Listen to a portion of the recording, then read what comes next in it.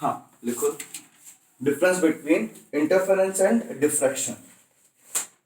Pattern ये, difference between interference and diffraction.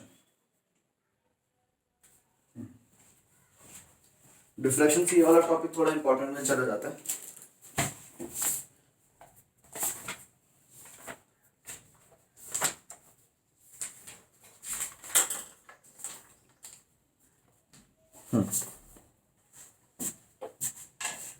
कैसे लिखना है? वही लाइन बना के पहले इंटरफेरेंस लिखना फिर डिफ्रैक्शन लिखना, ठीक है। दो पार्ट कर लो, पहले इंटरफेरेंस फिर डिफ्रैक्शन।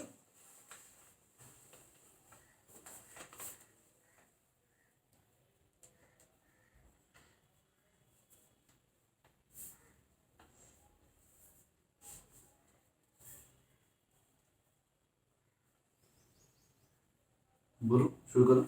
हाँ, interference is due to the first point, interference is due to the interference is due to the superposition of light waves. Interference is due to the superposition of light waves coming from two different coherent sources.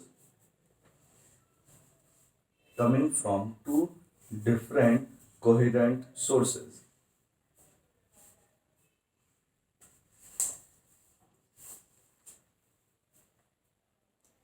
Diffraction is due to, उसमें two different coherent source, मतलब coherent sources हमने बताया ना, जो दो slits same intensity जरूरी नहीं है उसमें। इंटेंसिटी हम लोगों ने बोला था वेवलेंथ, फ्रीक्वेंसी और उनका फेज डिफरेंस वो कांस्टेंट होना चाहिए। Two different coherent source different coherent source मतलब चार मतलब दो सोर्स होने चाहिए ना, दो अलग अलग सोर्सेज होने चाहिए। दो अलग अलग का मतलब क्या होगा? डिफरेंट। दो अलग अलग आपके क्या होने चाहिए? कोहेरेंट सोर्सेज होने चाहिए। मतलब दो कोहेरेंट सोर्स है, दो कोहेरेंट सोर्स है। Two coherent sources from two different हटा दे, ऐसे हो जाता है। टू डिफरेंट कोहेरेंट सोर्स मतलब तो आपके दो अलग अलग आपके क्या है? कोहेरेंट सोर्सेज है, ठीक है। डिफरेंट हटाना था। कोहेरेंट का मतलब सेम होता है, टू डिफरेंट सोर्सेज। तो कोहेरेंट मेन तो वर्ड कोहेरेंट है, मैंने बताया था इंटरफेरेंस में मेन टॉपिक क्या आपका? कोहेरेंट है। कोहेरेंट होना बहुत जरूरी है, बात समझ में? हाँ, next, diffraction is due to the DI होता है, DIFFRA। Diffraction is due to the superposition of diffraction is due to the superposition of wavelets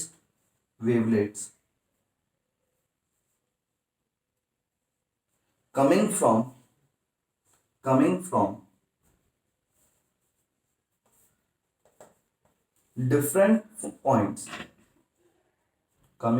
different points of the same wave front.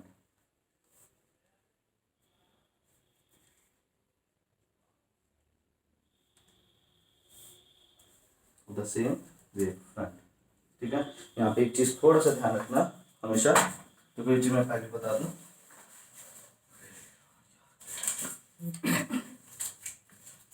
ढूंढा था कल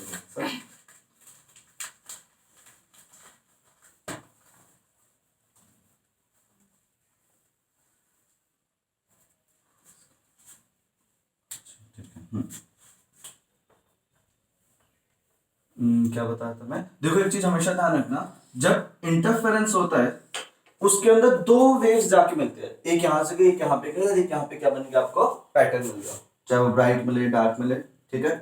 ये चीज समझ में आती है। लेकिन अगर मैं डिफ्रैक्शन की बात करूंगा, मान लो इसकी स्लिट्स, ये जो छोटी सी स्लिट थी ना, ये चुनी सी स्लिट को मैंने बहुत बड़ा दिखा दिया, क्लियर वाली चीज। इससे मैंने अगर स्क्रीन पे बनाया तो इस पे जो है दो वेव्स नहीं मिलती है, बहुत सारी वेव्स जाके मिलती हैं। मतलब यहां पे आपका जो भी वेव फ्रंट होगा, उस वेव फ्रंट पे बहुत सारे क्या बनेंगे? वेवलेट्स बनेंगे। तो हर वेवलेट से क्या बनेगा? आपको यहां पे इंटेंसिटी मिलेगी हर वेवलेट से। बात समझ में आती है? मतलब इसमें ये चीज कहनी सही है कि इसमें क्या कहता है, एक रे ऐसे की, एक रे ऐसे की, आपको फाइनली मिल गई। लेकिन इसमें दो रे से नहीं मिलती। हमारे हिसाब से अगर मैं बात करूंगा तो अगर ये स्लिट देखी जाएगी तो एक छोटी सी स्लिट है ये यहाँ पे, ठीक है, यहाँ पे स्लिट है, सिंगल स्लिट है यहाँ पे, ठीक है।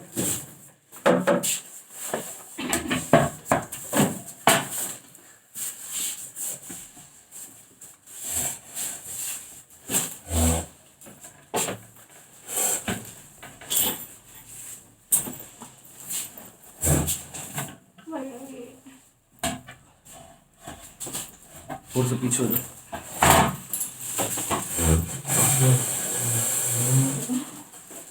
ठीक है। रखना तो इसको डायरेक्ट देना। चलो समझो। हाँ क्या बोला मैंने कि आपको क्या कहते हैं,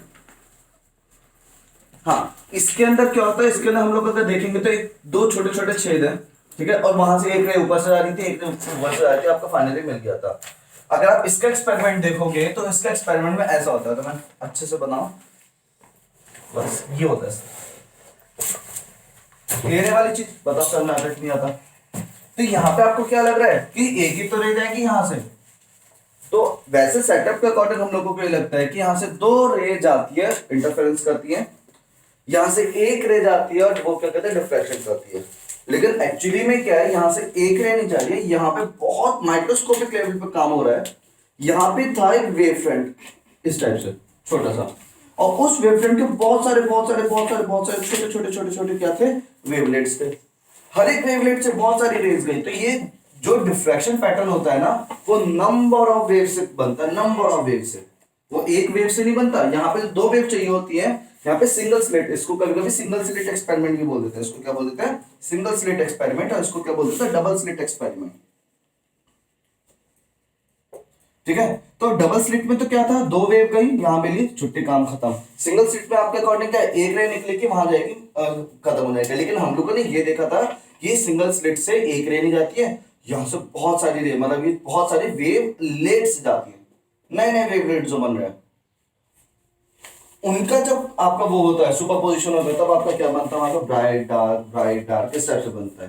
क्लियर वाली चीज। यहाँ से आपको मतलब एक रे ऐसे जाएगी, एक रे ऐसे जाएगी, एक ऐसे ऐसे ऐसे। हम लोगों ने देखा था ना, ऊपर की आधी वेव वो बनाई थी, ब्राइट बनाई थी, नीचे की आधी वेव उसको कैंसिल कर रही थी। तो यहाँ पे दो वेव थोड़ी ना है, यहाँ तो बहुत सारी वेव्स है, यहाँ पे बहुत सारी वेव्स होती है। बात सुनिए, ये इंपॉर्टेंट है, इसलिए मैं थोड़ा सा इस पे एम्फेसिस दे रहा हूँ। नहीं तो ऐसे डायरेक्टली समझ जाओगे आपकी, ये इसमें सिंगल स्लिट, डबल स्लिट है, सिंगल स्लिट है, लेकिन इसमें बिल्कुल ध्यान रखना कि टू वेव से बनता है इंटरफेरेंस पैटर्न, और क्या बोलते हैं, diffraction pattern number of wave से बनता है, हमेशा ध्यान रखना। इसमें से भी तो बहुत सारी रेज हाँ वो ये मैं सोच रहा था, तुम लोग पूछोगे इसमें से भी। अब आप बोलोगे जैसे भैया इसमें अगर एक छोटी सी स्लेट है, इसमें से आपकी बहुत सारी वेव जा रही है, तो ये भी आपके बहुत सारी, ये आपके अगर हम बात करें कि ये आपकी छोटी सी स्लेट है, तो इसमें से भी तो वही पैटर्न बन जाएगा, हर एक स्लिट से वही पैटर्न बनेगा। हाँ तो बनता है, इंटरफेरेंस पैटर्न के बीच में आपको थोड़ा थोड़ा डिफ्रैक्शन पैटर्न बनता है। लेकिन उनकी फ्रिंजेस, मतलब मान लो जैसे ब्राइट फ्रिंज है, तो उसमें बहुत बारीक बारीक पतली पतली पतली पतली लाइन होती है, वो ऐसी होती है कि बीच में तो बहुत ब्राइट होता है, फिर थोड़ा कम ब्राइट, फिर थोड़ा कम ब्राइट। तो मतलब हम लोगों को ऐसा लगता है वो जो बीच की जो लाइन लाइन है वो हमारे लिए विजिबल ही नहीं होती है, दिखेगा, मतलब वो साइंटिफिकली है कि आपको दिखना है। लेकिन हम लोग जो ऑब्जर्व करते हैं, जब ये वाला सेटअप किया जाता है, तो इसकी जो ब्राइट फ्रिंज होती है, तो उसके अंदर बारीक बारीक लाइंस है, माइक्रोस्कोपिकली तो दिखेगा वो, लेकिन वैसे नहीं दिखता। बात समझ में आती है, क्लियर वाली चीज। बताओ सर में आता है कि नहीं आता। इसके अंदर भी डिफ्रैक्शन पैटर्न दिख सकता है, इसके अंदर इंटरफेरेंस पैटर्न नहीं दिखेगा, लेकिन इंटरफेरेंस पैटर्न में डिफ्रैक्शन पैटर्न दिख सकता है। क्लियर वाली चीज। उस पर वैसे क्वेश्चन नहीं आता, लेकिन ये क्वेश्चन जनरली हर साल पूछा जाता है, पूछो मतलब बच्चे पूछ लेते हैं, तो वही वाली चीज है। तो हाँ बनता है, उसके अंदर पैटर्न बनता है। क्लियर वाली चीज। तो फर्स्ट पॉइंट मैंने ये लिखा है कि आपका एक बार पढ़ लो जल्दी से फर्स्ट पॉइंट, बीच में लिखा था और दो दिखा था थोड़ा सा।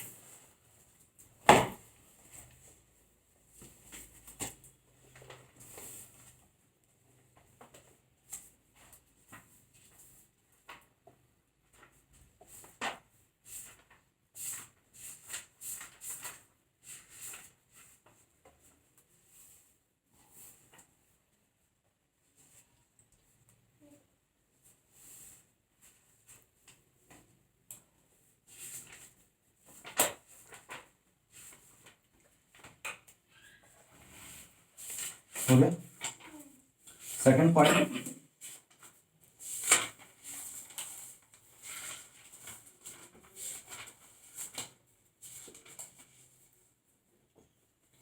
in interference pattern, second point, in interference pattern, all bright fringes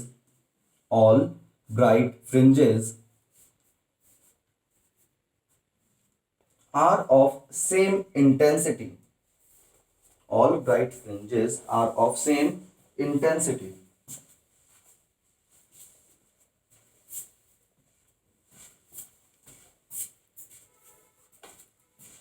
In diffraction pattern,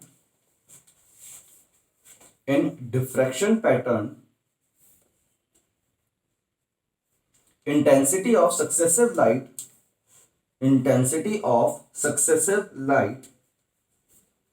goes on decreasing. Intensity of successive, SUCCESS, है ना? Intensity of successive light goes on decreasing. ठीक है, अब वहां पे थोड़ा सा करेक्शन करना, वो लाइट नहीं था, वहां पे ब्राइट था. Intensity of successive bright, L की जगह बी आर कर दो. नहीं, सक्सेसिव ब्राइट ब्राइट क्या ब्राइट फ्रिंजेस पूरा लिखना था. फ्रिंज लिख दो. हाँ ब्राइट है, ब्राइट फ्रिंजेस. हाँ ठीक है, वो लाइट हो गया लेकिन वहां पे ब्राइट फ्रिंजेस था. हाँ next, the width of the interference fringes, इसमें है इंटरफेरेंस का थर्ड पॉइंट है. इंटरफेरेंस का थर्ड पॉइंट बोलो. The width of interference fringes, क्या बोला? The width of interference fringes may or may not be the same. May or may not be the same. ठीक है, उसका थर्ड पॉइंट. diffraction fringes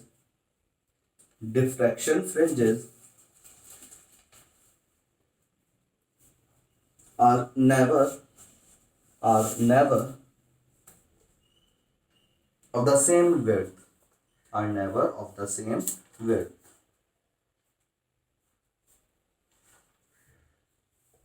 ठीक है, हो गया. Next point, in interference pattern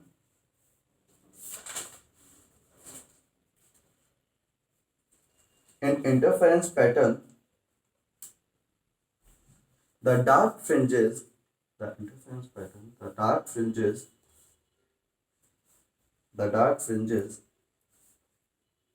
are usually almost black.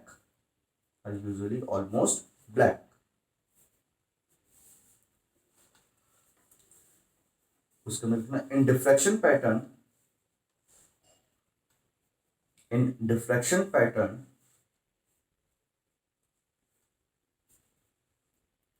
the dark fringes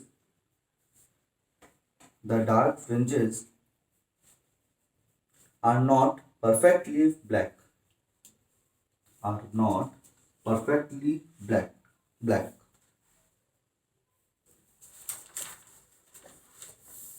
ठीक है, समझ में आता है. लास्ट पॉइंट, छोटा सा है. हाँ छोटा सा.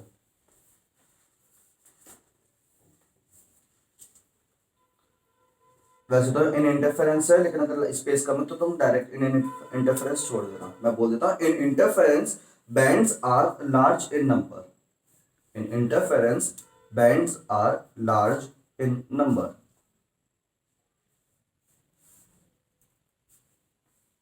ठीक है, डिफ्रैक्शन में लिखो.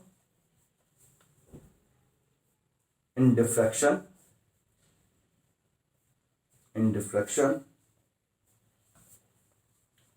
bands are few in number.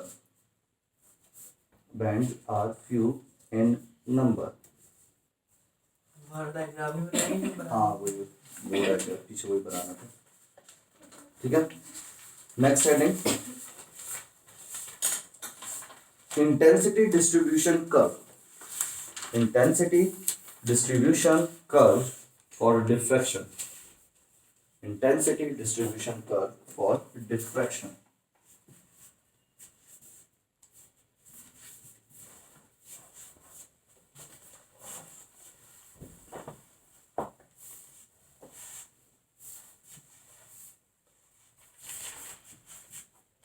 देखो दोनों चीजें बोली, एक तो इंटेंसिटी भी धीरे धीरे करके क्या होने लगेगी, कम होने लगेगी। इंटेंसिटी का मतलब क्या है, उसका जो एम्पलीट्यूड है, पहले वाला तो ऐसे बड़ा सा होगा, लेकिन जो दूसरे वाला को उसका क्या हो जाएगा, एम्पलीट्यूड थोड़ा सा कम हो जाएगा।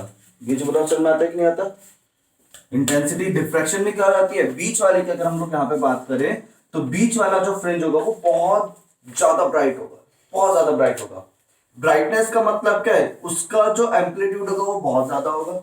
ब्राइटनेस का मतलब क्या होता है, उसका एम्पलीट्यूड, तो इसका एम्पलीट्यूड क्या होगा, बहुत ज्यादा हाई होगा। दूसरी चीज, जो इसकी वो है, मतलब इसकी जो विड्थ है ये बहुत ज्यादा चौड़ा होगा, और इसके अगले वाला थोड़ा सा कम हो जाएगा, इसके अगले वाला थोड़ा और कम हो जाएगा, और उसके अगले वाला थोड़ा और कम हो जाएगा। बात समझ में आती है कि नहीं आती है। मतलब ये जो आपको, ये तो चीज सही है, साथ साथ में इसकी जो वेवलेंथ होगी, ये जो वेवलेंथ आ रही है, ये ये क्या होने लगेगा, धीरे धीरे करके कम होने लगेगा, इस टाइप से। बात समझ में आती है। हाइट भी, एम्पलीट्यूड भी कम हो रहा है, एम्पलीट्यूड क्या दिखा रहा है हम लोगों को, इंटेंसिटी। और ये चीज जो इसकी ये वाली है, बैंड बोल दो उसको, विड्थ बोल दो, जो विड्थ है ये हमें क्या दिखा रही है, मतलब वेवलेंथ जो है वो हमें क्या दिखा रही है, width of the diffraction pattern, वो भी धीरे धीरे क्या होते जा रही है, कम होते जा रही है। बात समझ में आ रही है कि नहीं आ रही। ठीक है, तो यही आपको कर्व बना रहा है। तो वैसे ऐसा कुछ पूछा नहीं जाएगा, लेकिन फिर भी ध्यान रखना, क्या कहते हैं, इस टाइप से अगर आपसे पूछने लगे कि कहते हैं कि इसमें क्या चीज चेंज हो रही है आपका, मतलब ये चीज क्या शो कर रही है, तो ये आपको विड्थ शो कर रही है, और ये एम्पलीट्यूड हमें क्या शो कर रहा है, इंटेंसिटी शो कर रहा है।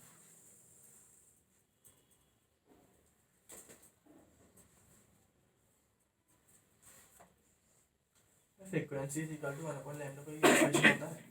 Frequency is inversely proportional to lambda होता फ्रीक्वेंसी को तो सी अपॉन लैम्डा। है, सी अपॉन लैम्डा होता है। तो जब ये सी तो कांस्टेंट होता है तो इसको हम डायरेक्टली भी लिख सकते तो अगर वहाँ फ्रीक्वेंसी घटेगी तो लैम्डा क्यों घटेगा? हैं, घटेगा नहीं बढ़ेगा। यहाँ लैम्डा क्यों घटेगा? वेवलेंथ कम हो जाएगी उसकी। हाँ, तो फ्रीक्वेंसी तो मैंने बोली नहीं, फ्रीक्वेंसी का वर्ड निकली मैंने, वो क्या था फिर वो? एम्पलीट्यूड, एम्पलीट्यूड वो अलग है ना। हाँ,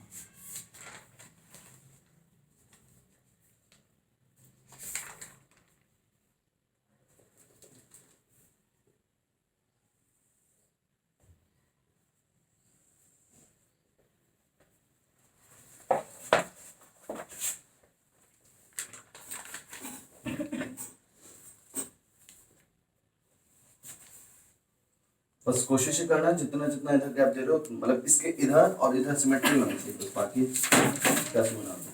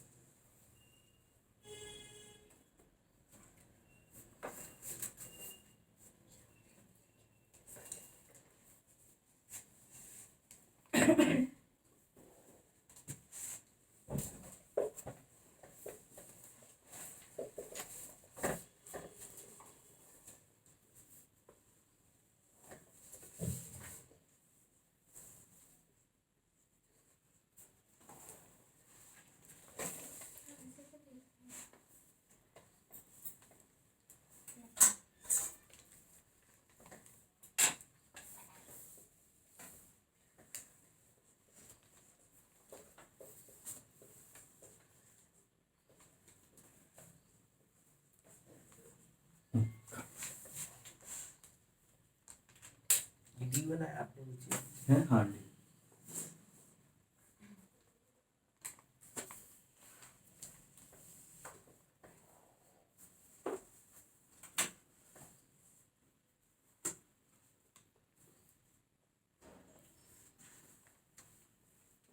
ठीक है, इसका लिखेंगे हेडिंग छोटी।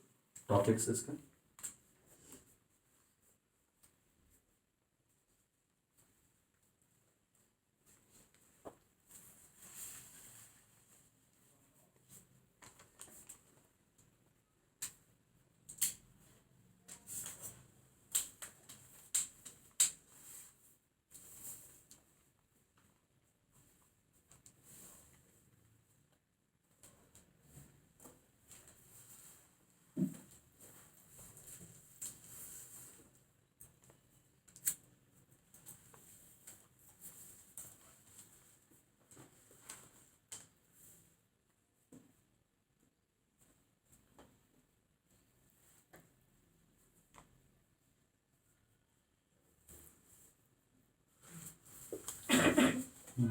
बोल दो शुक्र लिखो following points may be noted from the इसी के अंदर चल रहा है following points may be noted from the diffraction pattern following points may be noted from the diffraction pattern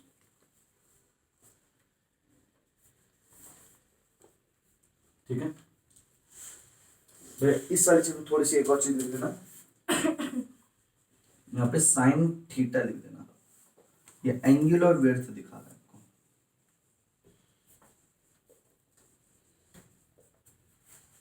Noted from from the diffraction pattern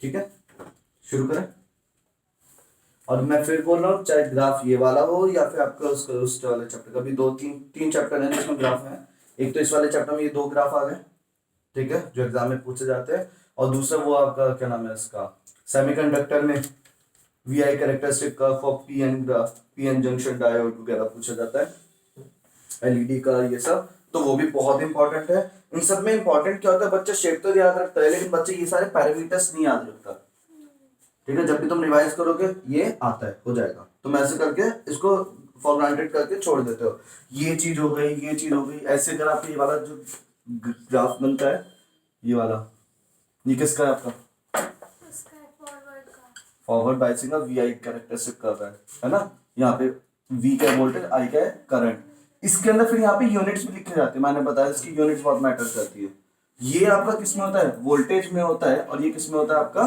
milli ampere में होता है और लेकिन जो इसका रिवर्स बाइसिंग वाला होता है वो माइक्रो वो I यहाँ पे होगा और ये क्या होगा माइक्रो एम्पेयर में होगा और ये किस में होगा वोल्टेज में होगा तो ये सब चीज थोड़ा थोड़ा ध्यान रखना पैरामीटर यहाँ की वैल्यू ये कितनी वैल्यू पे मिलेगा आपको मेन चीज ये होती है ग्राफ अगर आपको दे रहा है और ऐसे भी हम लोग इससे नेक्स्ट चैप्टर जो करेंगे वो डुअल नेचर उसके अंदर तो भरपूर ग्राफ है वो ग्राफ है वो जो उस दिन तुम्हें समझा रहा था मैं क्या कहता है स्कैटरिंग एक्सपेरिमेंट स्कैटरिंग कर रहा हूँ उसका एक्सपेरिमेंट है वो फोटो इलेक्ट्रिक इफेक्ट का एक्सपेरिमेंट होता है उसके अंदर आपके मान लो 6 ग्राफ है टोटल तो 6 ग्राफ के अंदर आपको ध्यान रखना है कि इधर क्या है उधर क्या है दोनों तरफ लेते हुए आपको आंसर याद रखना है तो ग्राफ को करते हुए वैसे मैं देखूंगा पूरी बुक में अगर देखना है तो 20-25 से ज्यादा ग्राफ नहीं है पूरी बुक के अंदर तो आप चाहे तो एक काम और कर सकते हैं एक पेपर पे सारे ग्राफ लिख लो उससे क्या होगा आपको उस और ग्राफ तो इम्पोर्टेंट रहता ही है सेमीकंडक्टर में हो जाए देखो दो ये वाला ग्राफ एक बार को ना पूछे चलेगा लेकिन दो ग्राफ तो हमेशा पूछे जाते हैं तो सेमीकंडक्टर का ग्राफ जरूर पूछा जाएगा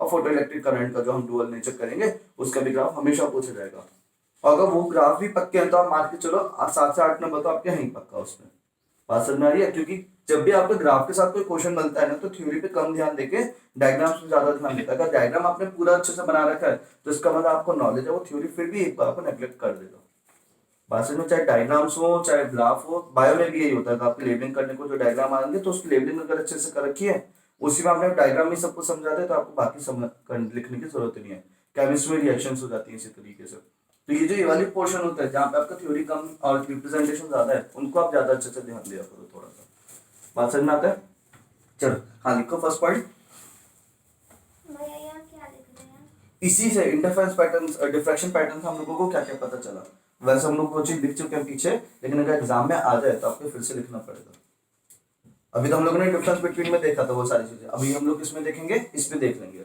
कभी कभी पूछ ले जाता है कि इसके क्या क्या कैरेक्टरिस्टिक्स है इसमें हाँ तो लिखो first point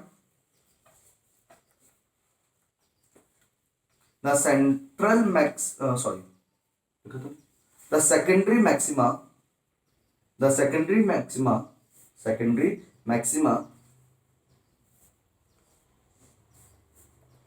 lie between central maxima lie between the midpoints of secondary minima.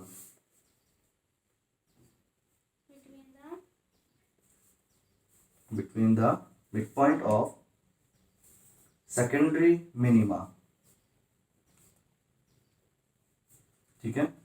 Next point, पहले लिखो पॉइंट फिर करते समझाते हैं. Next point, the intensity of central maxima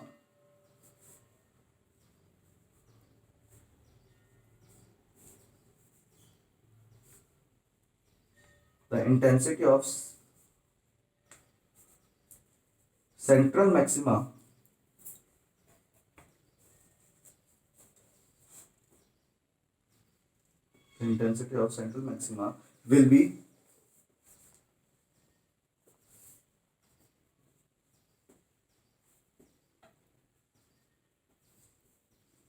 more than the other maximas. Will be more than the other maxima. Third point, the intensity of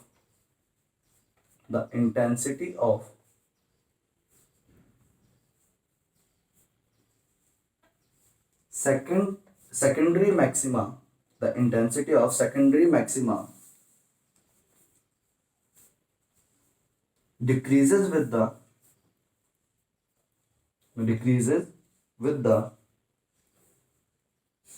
distance from the center. Decreases with the distance from the center O. ठीक है. Next point,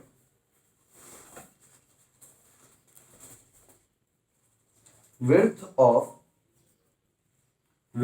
of central maxima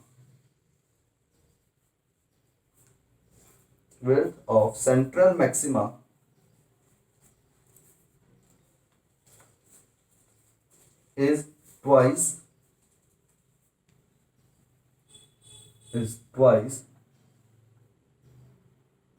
to that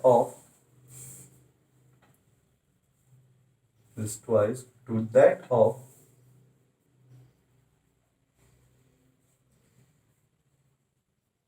secondary maxima.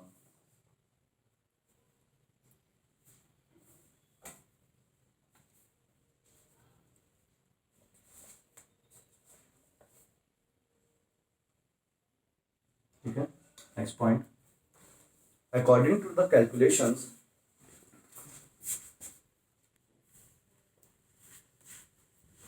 फिर से according to the calculation the intensity of secondary maxima, first secondary maxima, intensity of first secondary maxima, बताओ अभी क्या है ये सब चीजें. first secondary maxima is 5% less than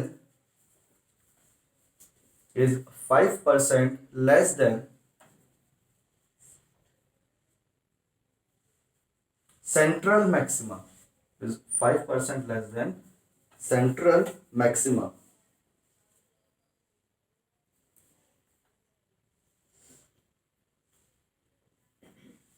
ठीक है. Full stop. नीचे एक चीज लिख लेना नोट करके.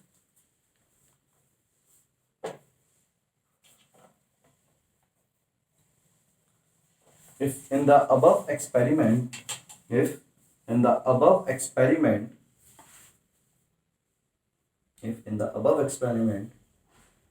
white colored light is used. अभी तक तो सारे एक्सपेरिमेंट हमारे मोनोक्रोमेटिक लाइट के होते हैं. ठीक है. लेकिन अगर व्हाइट लाइट यूज कर लेते तब क्या होगा. ठीक है. White coloured light is used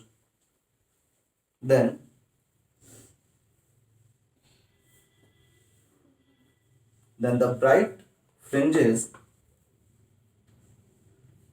then the bright fringes will be surrounded by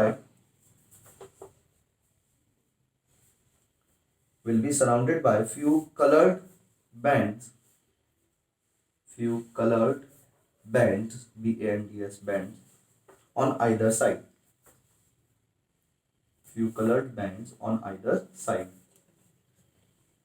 ठीक है, फुल स्टॉप। अब देखो यहाँ पे सेकेंडरी क्या है, ये चीज ध्यान रखना, इसके अंदर जो नाम रखे गए इसको सेंट्रल बोला गया, ये वाली चीज आपकी सेंट्रल है। उसके बाद वाली ये भी सेकेंडरी है, ये भी सेकेंडरी है, ये भी सेकेंडरी है, इन सबको बाकी सबको क्या बोला गया, सेकेंडरी मैक्सिमा बोला गया। बात समझ में आता है? मतलब ऐसे नहीं कि ये सेकेंडरी टर्शियर या फिर ये क्या, ये सिंपल ये आपका सेंट्रल बोला जाएगा, इसको फर्स्ट सेकेंडरी बोला जाएगा, इसको सेकंड सेकेंडरी बोला जाएगा, इसको थर्ड सेकेंडरी बोला जाएगा। इसी तरह से इधर भी इसको फर्स्ट सेकेंडरी बोला जाएगा, इसको सेकंड सेकेंडरी बोला जाएगा, इसको थर्ड सेकेंडरी बोला जाएगा। मतलब ये मेन है, बाकी जो साइड के जितने भी वो पैटर्न बन रहे हैं हम सबको हम लोगों ने क्या बोल दिया, secondary pattern. Minus plus plus वही दिखा रहा है कि वो ऊपर की तरफ है तो प्लस डिस्टेंसेज है, नीचे की तरफ है तो माइनस डिस्टेंसेज है, बस और कुछ नहीं, वो रेफरेंस है एक तरीके का। यहाँ तक तो समझ में नहीं आता। तब इसमें यही बोला गया, एक तो पहली चीज क्या कि अगर इसकी इंटेंसिटी 100 ल्यूमेंस है तो इसकी इंटेंसिटी क्या रहेगी आपके 95 ल्यूमेंस हो जाएगी। और जो सेकंड वाली है, जो फर्स्ट सेकेंडरी मैक्सिमा है, उसकी इंटेंसिटी सेंट्रल वाले की 5% लेस होगी। डायग्राम में दिखाने की कोई जरूरत नहीं, कैलकुलेशन आपकी नॉर्मल चलेगी। बात समझ में आती है? वो भी सेट कैलकुलेशन के हिसाब से है, ग्राफ बना के जो नॉर्मली बना देना, उसमें आपको इतना बेसिकली दिखाने की जरूरत नहीं है। ना तो समझ में आता है? फिर वही बोला गया कि इसकी जो फर्स्ट सेंट्रल मैक्सिमा है ना, वो दोनों सेकेंडरी मिनिमा के जस्ट बीच में पड़ेगा ऑब्वियसली। मतलब ऐसे ये वाला डिस्टेंस ये वाले डिस्टेंस के दोनों बराबर है, इनका ये सेंस है। बात समझ में आती है? ये सब चीजें एक बार पढ़ लो जल्दी से, सेकेंडरी सेंट्रल क्या क्या वर्ड है वो, ठीक है। तो सेंट्रल ध्यान रखना और सेकेंडरी ध्यान रखना।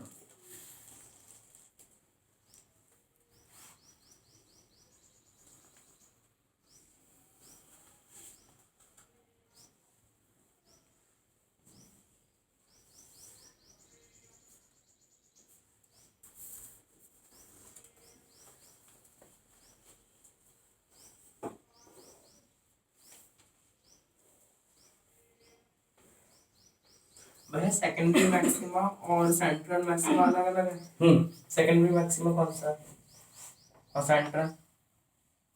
जो हमने फर्स्ट पॉइंट निकाला, secondary maxima lie between the mid points of secondary minima. ये बोल दो, इनके जस्ट बीच में आपका है काम। मैंने बोला ना सारे सेकेंडरी हैं। Secondary maxima like Midway the secondary minima, ये दोनों सेकेंडरी मिनिमा कहलाएंगे। ये दोनों भी सेकेंडरी मिनिमा है, ये दोनों भी सेकेंडरी मिनिमा है। ये सेकेंडरी मैक्सिमा है, ये भी सेकेंडरी मैक्सिमा है, ये भी सेकेंडरी, मतलब जनरली बोल दिया गया है कि आपको जो सेकेंडरी मैक्सिमा मिलेगा वो सेंट्रल पे मिलेगा, किसके, सेकेंडरी मिनिमा के। मतलब ये सारी मैं बोल रहा हूँ सारी सेकेंडरी है, ये भी सेकेंडरी है, ये भी सेकेंडरी है। तो सेकेंडरी मैक्सिमा के जस्ट एकदम बीच में से क्या मिलेगा, सेकेंडरी मिनिमा, या फिर सेकेंडरी मिनिमास के बीच में क्या मिलेगा, सेकेंडरी मैक्सिमा। ये चीज है। बात समझ में आती है? पढ़ लो।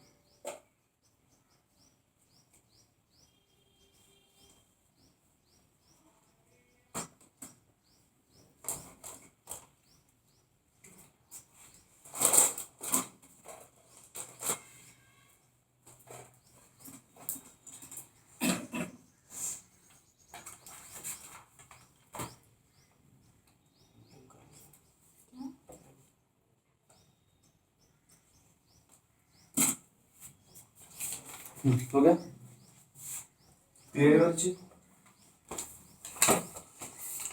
इसको तो ये रखेंगे।